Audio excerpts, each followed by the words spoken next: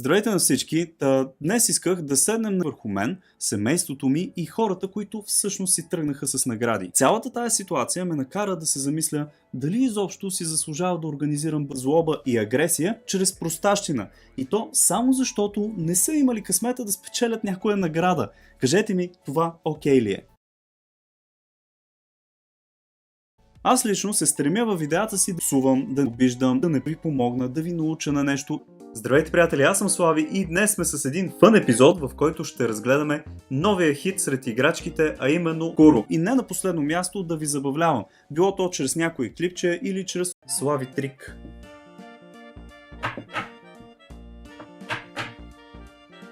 Какво ще кажете? Ако ме следвате в Instagram, сигурно вече сте видяли една снимка, която публикувах буквално 20 минути преди началото на раздаването, в която съм усмихнат и супер щастлив, че имам възможността да раздавам толкова много подаръци на голямото ни семейство от The Clashers. Наистина една снимка може да говори повече от псовните. Идете я вижте.